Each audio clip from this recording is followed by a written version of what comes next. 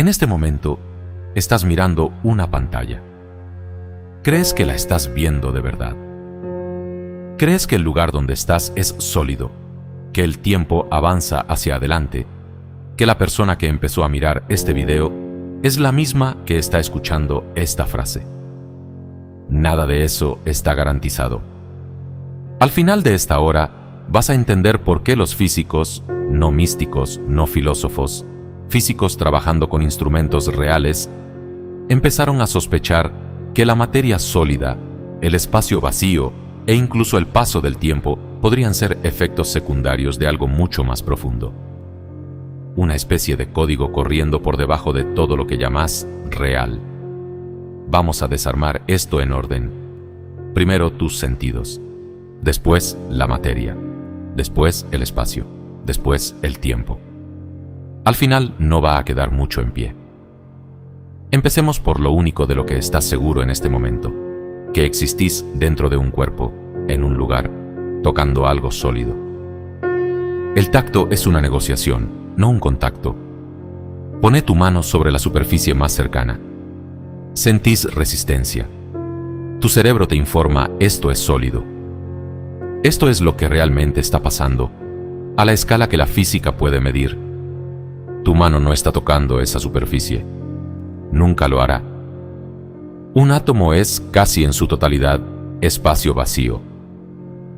Si agrandaras un átomo de hidrógeno hasta que su núcleo tuviera el tamaño de una canica en el centro de un estadio de fútbol, el electrón estaría dando vueltas más allá del estacionamiento. Todo lo demás, nada. Entonces, cuando tu palma presiona contra una mesa, los átomos de tu piel nunca llegan a tocar los átomos de la madera. Lo que frena tu mano es repulsión electromagnética. Los electrones externos de tus átomos empujando contra los de la mesa, como dos imanes forzados a juntarse por el lado equivocado. Estás flotando. Cada objeto que tocaste en tu vida, en realidad lo presionaste contra un campo de fuerza invisible, y ahí te detuviste. La solidez, tal como la experimentas, no es una propiedad de la materia. Es una sensación que tu sistema nervioso inventó para que dejaras de chocarte contra las paredes. Ver no es un video en vivo, es una retransmisión. Ahora la parte más difícil, la vista. Supones que cuando abrís los ojos, estás viendo el mundo tal como es, en este instante exacto. Pero la visión tiene un proceso de producción. La luz llega a tu retina, se convierte en señales eléctricas, viaja por el nervio óptico y tu corteza visual la ensambla en la imagen que experimentas. Ese ensamblaje toma tiempo, alrededor de una décima de segundo. Suena insignificante. No lo es. Significa que nunca estás viendo el presente. Estás viendo una retransmisión con retraso, editada por tu propio cerebro para que se sienta continua. Si alguien al otro lado de la habitación aplaude, para cuando el sonido y la imagen llegan a tu conciencia, ese momento ya pasó. Vos no lo presenciaste. Presenciaste una recreación de él, armada después de que ocurrió. Y tu cerebro no solo retrasa la señal, predice hacia adelante, tapa los huecos y suaviza el desfasaje para que nunca notes que vas atrasado. Lo que lleva a una pregunta incómoda. Si tu cerebro ya está editando la filmación antes de que la veas, ¿cuánto de lo que estás mirando es filmación real y cuánto es invención? ¿Por qué la evolución construiría un mentiroso? Acá viene la parte que debería inquietarte de verdad. Durante mucho tiempo, se asumió que los sentidos evolucionaron hacia la precisión. Un animal que ve el mundo correctamente debería sobrevivir más que uno que no. Ver al depredador con claridad, vivir más tiempo. El científico cognitivo Donald Hoffman puso a prueba esa suposición directamente, usando simulaciones evolutivas donde organismos digitales competían entre sí a lo largo de miles de generaciones. Algunos veían el mundo con total precisión. Otros veían una versión simplificada reducida al mínimo, ajustada solo para sobrevivir, no para percibir la verdad. Los precisos perdieron, siempre. La razón es brutalmente simple. La verdad es cara. La realidad, lo que sea que exista realmente por debajo, está demasiado cargada de detalle como para procesarla en tiempo real. Un organismo no necesita entender la estructura cuántica de un tigre. Necesita una sola instrucción: correr. La evolución no te construyó para percibir el universo. Te construyó para sobrevivir dentro de él. Y resultaron ser dos objetivos de diseño muy distintos. Entonces el mundo que estás mirando ahora mismo no es una ventana hacia la realidad. Es una interfaz, un tablero de control diseñado para la velocidad, no para la precisión. La metáfora del escritorio. Pensa en el icono de una carpeta en la pantalla de una computadora. Es azul, es rectangular, lo podés arrastrar de un lado a otro. Nada de eso describe lo que realmente hay en el disco rígido. Lo real ahí es un patrón de cargas magnéticas o electrones atrapados. Nada azul, nada rectangular. El icono no es exactamente una mentira, es una simplificación que te permite usar la máquina sin entender física. El argumento de Hoffman es que el espacio, el tiempo y los objetos funcionan de la misma manera para vos. La manzana sobre la mesada de tu cocina no es la manzana real. Es un icono que tu cerebro renderiza para que sepas: esto se come, agárralo. Se parece a la realidad subyacente, tanto como ese icono de carpeta se parece a una cadena de unos y ceros. Y acá hay un detalle que convierte esta idea interesante en algo mucho más extraño. La porción del universo que tus sentidos siquiera llegan a renderizar es casi nada. La luz visible, todo el arco iris que tus ojos pueden registrar, es menos de una milésima parte del espectro electromagnético completo. En este momento, hay ondas de radio atravesando tu pecho. Radiación de microondas que sobró del nacimiento del universo está cayendo sobre vos ahora mismo. Neutrinos están atravesando el planeta bajo tus pies como si no existiera. No te falta un poco de información, te falta casi toda. Estás leyendo una sola página de una biblioteca con millones de volúmenes, y como esa única página es todo lo que viste en tu vida, asumís que la biblioteca está prácticamente vacía. Hasta acá, esto es solo la biología siendo eficiente. Incómodo, pero explicable. Los problemas de verdad empiezan cuando los físicos dejaron de confiar en los sentidos por completo y trataron de mirar directamente lo que hay debajo de los iconos. Acercar el zoom hasta que la materia desaparece. Si la solidez es falsa, seguramente haya algo real más abajo. Alguna pequeña bolita final, dura, de la que esté hecho todo lo demás. Eso es lo que fue a buscar la física de partículas. Dividir el átomo, encontrar el núcleo. Dividir el núcleo, encontrar protones y neutrones. Dividir esos, encontrar quarks. Pero los quarks no son cosas de la manera en que una canica es una cosa. No tienen superficie. No tienen un tamaño que puedas medir con una regla, ni siquiera en principio. Se describen mejor como excitaciones, perturbaciones de un campo cuántico. Matemática que produce efectos, pero sin un ahí real en ningún lado. Cuanto más de cerca mira la física a la materia, menos materia encuentra. Si haces zoom lo suficiente en una foto digital, la cara que estabas mirando se disuelve en cuadrados de color y finalmente en valores de píxeles crudos donde ya no hay ninguna cara. La cara nunca estuvo realmente en la foto. Era un patrón que solo existe a cierta distancia, a cierta resolución. La materia se comporta igual. Lo sólido parece ser una ilusión que solo aparece a escala humana. El experimento que rompió el sentido común. Acá llegamos al experimento más famoso de la física, y se lo merece. Se disparan electrones, uno por uno, contra una pared con dos rendijas angostas. Detrás de la pared, una pantalla detectora registra dónde cae cada uno. Si los electrones son bolitas de materia, el sentido común dice: algunos pasan por la rendija izquierda, otros por la derecha, y en la pantalla se forman dos bandas bien definidas, como tirar arena a través de dos ventanas. Eso no es lo que pasa. En cambio, los electrones forman un patrón de muchas bandas, un patrón de interferencia, exactamente la firma que esperarías de ondas de agua superponiéndose, no de partículas sólidas.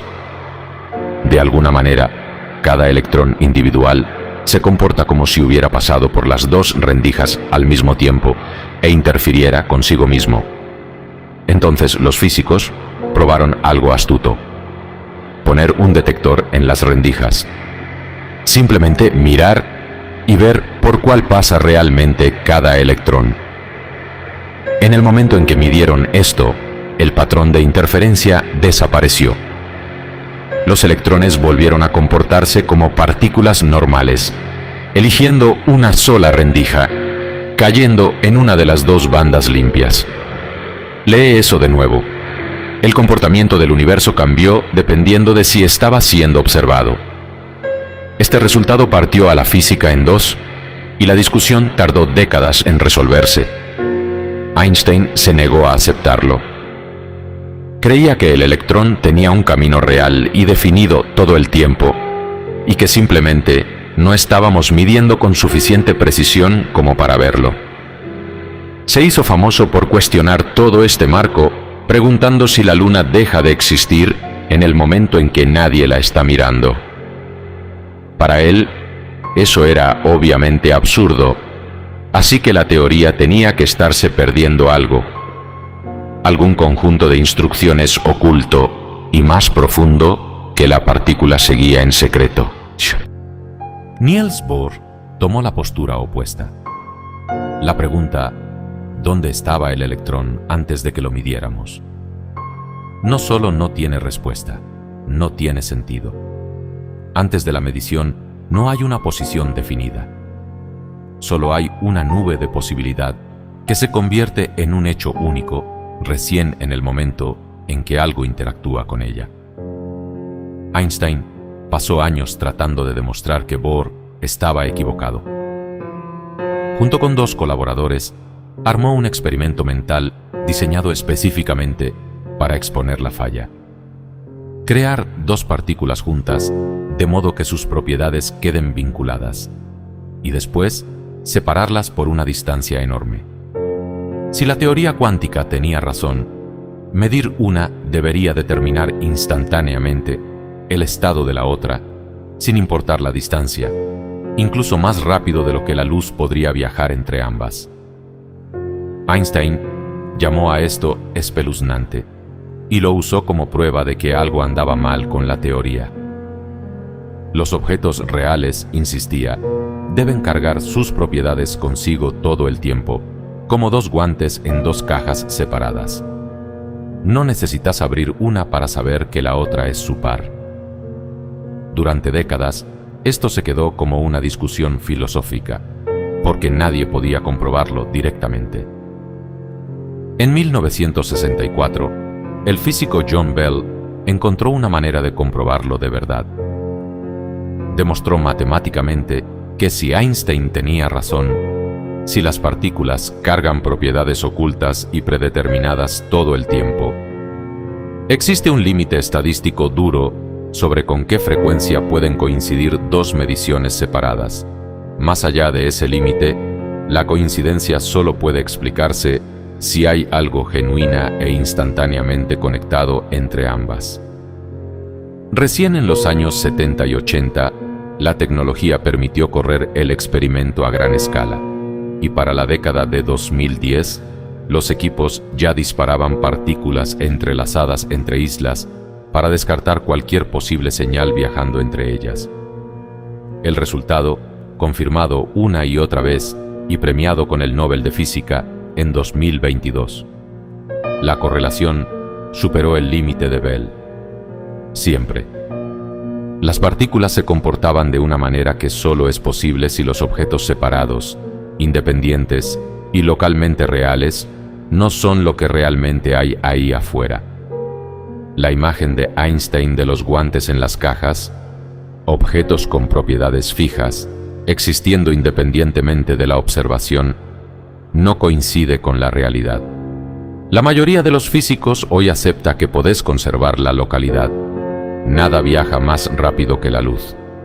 O podés conservar el realismo. Los objetos tienen propiedades definidas, se midan o no. Pero no podés conservar las dos cosas. Tómate un momento con eso. No significa que la luna desaparezca cuando no la estás mirando.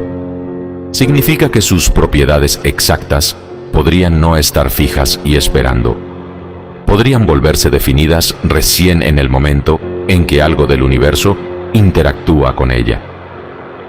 Hay un giro más que empeora todo esto para el sentido común. La idea de que el pasado mismo podría no estar tan fijo como suponemos. En una clase de experimentos llamados de elección de morada, los físicos dejan que una partícula complete su recorrido por un dispositivo de doble rendija y caiga sobre un detector. El evento ya terminó, ya quedó registrado. Después, recién ahí, eligen si borrar la información sobre por cuál camino pasó. Lógicamente, esa elección hecha después de que la partícula ya cayó no debería importar. Pero los datos muestran que el comportamiento registrado de la partícula coincide con la elección hecha a posteriori, como si la decisión hubiera viajado hacia atrás y determinado lo que ya había ocurrido. Esto no significa que puedas mandarle un mensaje a tu yo del pasado, pero sugiere fuertemente que el pasado no es un archivo cerrado con llave detrás tuyo. Se comporta más como un conjunto de posibilidades que recién se convierte en una única historia cuando la información sobre él termina de asentarse, y ese asentamiento no tiene por qué ocurrir en el orden que esperarías. Entonces, la materia no es sólida, las partículas no tienen propiedades fijas hasta que algo interactúa con ellas, y hasta el pasado podría no estar tan terminado como se siente. Llegados a este punto, una pregunta razonable es: ¿qué es lo que realmente se conserva acá? ¿Cuál es la única cosa que la física se niega a dejar desaparecer? La respuesta es la información. Y esa respuesta está por llevarnos a un lugar mucho más extraño, al borde de los objetos más oscuros del universo. El físico John Wheeler, el hombre que acuñó el término agujero negro, pasó sus últimas décadas persiguiendo una idea que llamó It from Bit, el objeto a partir del bit. Su afirmación: lo fundamental del universo no es la materia, no es la energía, ni siquiera es un campo. Es información, específicamente, respuestas a preguntas de sí o no. Cada partícula, cada medición, cada hecho físico es, en el fondo, la resolución de una elección binaria. Wheeler lo ilustró con una versión retorcida del juego 20 preguntas. Normalmente, un jugador piensa un objeto de antemano y los demás lo adivinan haciendo preguntas de sí o no. En la versión de Wheeler, el jugador que responde no decide ningún objeto de antemano. Simplemente contesta cada pregunta sí o no, manteniéndose coherente con todo lo que dijo antes. Para cuando se hicieron las 20 preguntas, un objeto quedó completamente definido, no descubierto, sino construido. Otras preguntas habrían producido un objeto completamente distinto. Su argumento: así podría funcionar realmente el universo. No una realidad fija que descubrimos a través de experimentos, sino una realidad parcialmente construida por el acto de preguntar, de medir. Si la información es así de fundamental, debería ser indestructible. La física tiene una ley estricta que dice que los datos pueden quedar mezclados hasta volverse irreconocibles, pero nunca realmente borrados. Quema un libro hasta reducirlo a cenizas, y en principio, si pudieras rastrear cada fotón de luz y cada partícula de humo, podrías correr la física hacia atrás y reconstruir el libro. Nada desapareció realmente. Solo quedó muy bien escondido. Los agujeros negros amenazan con romper esa regla directamente. Stephen Hawking demostró que los agujeros negros irradian energía lentamente y en escalas de tiempo casi inimaginables se evaporan por completo. Entonces, si tiras un libro dentro de un agujero negro y esperas a que se evapore por completo hasta convertirse en radiación sin rasgos, ¿a dónde fue a parar la información del libro? No salió en la radiación. El agujero que lo tragó ya no existe. A todas luces, la información fue simplemente eliminada del universo. Esto se conoció como la paradoja de la información en agujeros negros, y no se trató como una curiosidad académica. El físico Leonard Susskind describió la discusión de décadas alrededor de esto como una crisis real, porque si la información puede destruirse, toda la estructura predictiva de la física se derrumba con ella. La solución a la que finalmente llegaron los físicos es casi tan extraña como el problema. Cuando algo cae en un agujero negro, una codificación mezclada de todo lo que había en ese objeto queda impresa en la superficie del agujero negro, el horizonte de eventos mismo, como datos untados sobre una piel bidimensional. Eso significa que el objeto tridimensional que cayó adentro es, matemáticamente, totalmente equivalente a un patrón bidimensional en la superficie que lo rodea. Esto es el principio holográfico. Pensá en una lata de sopa. La sopa en sí llena el volumen tridimensional dentro de la lata, pero la etiqueta envuelta alrededor del exterior, una superficie plana, bidimensional, podría en principio contener una descripción completa de todo lo que hay adentro. Normalmente eso es solo una descripción. En un agujero negro, los físicos hoy creen que la etiqueta no describe la sopa, es la sopa. El interior que experimentaríamos como profundidad tridimensional podría ser una proyección generada por información bidimensional en el borde. Y hay una pista matemática que sugiere que esto no es solo una rareza de los agujeros negros.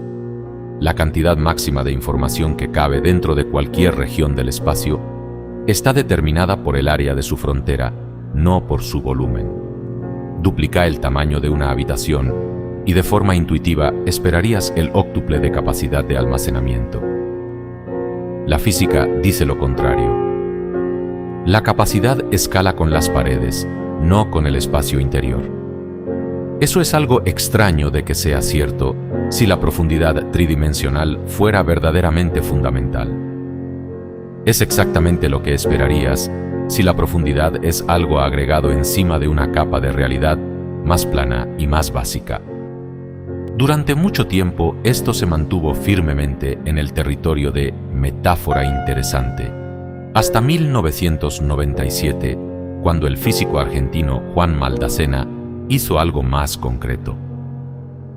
Construyó dos universos modelo matemáticos, uno con gravedad y volumen, con forma de silla de montar en 5 dimensiones. El otro, un borde plano de 4 dimensiones que envuelve al primero, sin gravedad, gobernado puramente por campos cuánticos sobre una superficie. Cuando desarrolló las ecuaciones, encontró que no eran solo similares, eran traducciones exactas una de la otra.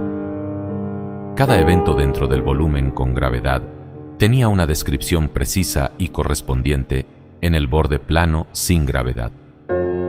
Un agujero negro formándose dentro del volumen coincidía con un remolino específico de comportamiento de partículas en la superficie plana. Dos modelos que se ven completamente distintos, describiendo la misma realidad física exacta en dos idiomas diferentes. Esto le dio a la idea holográfica una base matemática real. En este marco, la gravedad misma, la fuerza que mantiene tus pies en el suelo, puede entenderse como algo que emerge de información cuántica ubicada en un borde, en lugar de ser algo fundamental en sí mismo. Nadie afirma que esto demuestre que nuestro universo real funciona exactamente así. Lo que sí demuestra es que un universo que funcione de esta manera es matemáticamente consistente, viable y, esto es lo crucial, indistinguible desde adentro. Si vivieras como un personaje dentro del modelo de 5 dimensiones de Maldacena, no tendrías forma de notar que en secreto sos una proyección de datos de un borde plano. Simplemente experimentarías gravedad, profundidad y tiempo, exactamente como nosotros. Si el universo realmente almacena su información de esta manera, debería tener un límite de resolución, una unidad mínima posible. Y lo tiene. La física clásica trataba al espacio como infinitamente divisible. Corta 1 metro por la mitad para siempre y nunca llegarías al fondo. La teoría cuántica dice lo contrario. Hay una longitud mínima con sentido físico, llamada longitud de Planck, aproximadamente 10 elevado a menos 35 metros. Para tener una idea de qué tan pequeño es eso, imagina un solo átomo agrandado hasta tener el tamaño del universo observable entero. A esa escala, la longitud de Planck sería más o menos del tamaño de un solo árbol. Pequeña, pero no cero. Por debajo de esa escala, el propio concepto de distancia deja de funcionar como suponemos. Eso implica que el espacio mismo no es un continuo suave. Se parece más a una grilla, infinitamente fina, pero una grilla al fin. Y un número creciente de físicos sospecha que esa grilla no es un contenedor estático que mantiene unido al universo, sino algo tejido por el entrelazamiento cuántico mismo, el mismo vínculo espeluznante que Einstein trató de refutar. 2 partículas entrelazadas podrían estar efectivamente unidas por un hilo infinitesimalmente pequeño similar a un agujero de gusano, y es la acumulación de billones de estos hilos, propusieron algunos físicos, lo que teje la tela del espacio mismo. Cortá suficientes de esos hilos en principio, y el espacio entre 2 puntos no solo quedaría vacío, dejaría de existir directamente ningún entre posible. Acá hay un dato extraño en el que casi nadie piensa. Las ecuaciones centrales de la física en realidad no requieren que el tiempo avance hacia adelante. Corre la matemática de un planeta orbitando una estrella hacia atrás y sigue obedeciendo perfectamente la gravedad. No hay nada en las ecuaciones mismas que prohíba que una taza rota se vuelva a armar sola. Y sin embargo, eso nunca lo ves pasar. Envejeces. El café se enfría, las tazas se rompen y quedan rotas. La razón no está en las leyes del movimiento. Está en la probabilidad, en un concepto llamado entropía. Hay muchísimas más maneras de que una taza esté hecha pedazos que de que esté entera. Hay muchísimas más disposiciones desordenadas de cualquier sistema que ordenadas. Entonces, estadísticamente, los sistemas derivan del orden hacia el desorden, simplemente porque los estados desordenados superan en número a los ordenados por un margen casi incomprensible. Lo que experimentas como el paso del tiempo es, en un nivel fundamental, la sensación del universo desplazándose hacia disposiciones más probables y más desordenadas.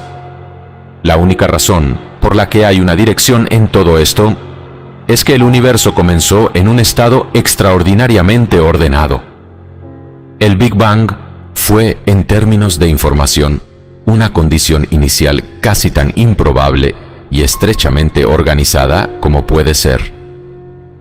Todo lo que pasó desde entonces fue ese orden desenrollándose lentamente, como un resorte liberado de un enrollamiento imposiblemente apretado.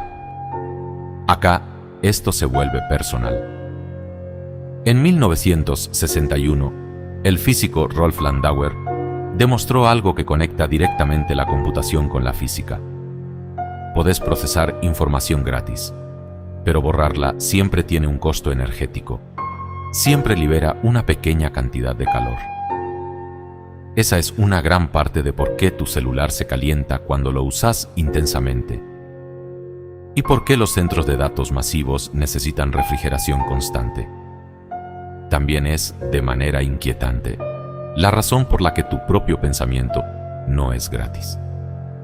Cada recuerdo que sobreescribís, cada pensamiento viejo que tu cerebro borra para hacer lugar a uno nuevo, tiene un costo termodinámico real y físico. En un sentido muy literal, pensar genera calor. Lleva eso a escala. Si el universo está fundamentalmente procesando información, resolviendo constantemente esas preguntas de sí o no al estilo Wheeler, en todas partes, está generando entropía con cada interacción. Y esa entropía no tiene a dónde escapar. Porque el universo, hasta donde sabemos, es un sistema cerrado. La física hoy ofrece dos finales candidatos y ninguno de los dos consuela. La versión lenta, la muerte térmica. A medida que la entropía sube, la energía se distribuye hasta quedar perfecta y uniformemente repartida. Sin puntos calientes, sin puntos fríos, sin ningún lugar hacia donde fluya la energía, porque el flujo requiere una diferencia y ya no va a quedar ninguna. Las estrellas se apagan, los agujeros negros se evaporan a lo largo de escalas de tiempo casi inimaginables. Al final, lo que queda es un equilibrio uniforme y congelado en términos de información pura estática, sin estructura suficiente para codificar un pensamiento, un recuerdo o el tic-tac de un reloj. La versión rápida, el decaimiento del vacío. Esta es más extraña. Los físicos describen al espacio vacío no como el verdadero fondo de los estados de energía posibles, sino como un falso vacío, una especie de saliente a mitad de camino en un acantilado, no el fondo del cañón. Las mediciones del campo de Higgs dejan abierta la posibilidad inquietante de que nuestro vacío no sea el más estable disponible. Si una fluctuación cuántica aleatoria en cualquier punto del universo atravesara por efecto túnel hacia un estado de vacío más bajo y más verdadero, crearía una burbuja en expansión dentro de la cual las constantes básicas de la física serían distintas, lo suficientemente distintas como para que los átomos tal como los conocemos no pudieran mantenerse unidos. Esa burbuja se expandiría hacia afuera a la velocidad de la luz. No habría aviso previo. Si empezara en alguna galaxia distante, no tendríamos forma de saber que viene, porque la destrucción y la noticia de que viene llegarían exactamente en el mismo instante. Nadie sabe si esto va a pasar mañana, en 1 billón de años o nunca. Pero vale la pena detenerse en el hecho de que este escenario no viene de la ciencia ficción, sino de tomarse en serio el modelo estándar de la física de partículas y seguir la matemática hasta su conclusión. Desarmamos casi todo lo que creías al empezar este video. El tacto no es contacto. La vista no es en vivo. La materia no es sólida. Las partículas no tienen propiedades fijas hasta que algo interactúa con ellas. La profundidad misma podría ser una proyección de información más plana sobre un borde distante. Y todo el sistema se está agotando, con dos finales posibles muy distintos, ninguno de los cuales incluye a nadie quedándose para verlo. Es fácil leer todo esto como una mala noticia, como prueba de que nada de lo que experimentas es real, de que nada importa. Pero esa reacción viene de una suposición específica, que para que algo importe tiene que ser permanente. Una estatua en lugar de la llama de una vela. Nada de lo que viste en este video sugiere que no seas real. Sugiere que real nunca fue la palabra correcta para algo fijo, sólido y eterno. No sos una estatua. Nunca ibas a ser una estatua. Sos un proceso, un patrón de información extremadamente específico, temporal y, hasta donde podemos saber hoy, extraordinariamente raro, organizado por un breve momento lo suficiente como para hacerse preguntas sobre el sistema en el que está inmerso. El universo pasó 13.800 millones de años desenrollándose del orden hacia el desorden, solo para producir, durante unas pocas décadas, algo capaz de notar que eso estaba pasando. Eso no es poca cosa por no ser permanente. La llama de una vela no necesita ser una estatua para que valga la pena encenderla. Si esto te cambió la forma de pensar sobre el lugar donde estás sentado ahora mismo, suscríbete, porque recién estamos empezando con lo que la física descubrió, en silencio, sobre el mundo que hay debajo del que podés ver.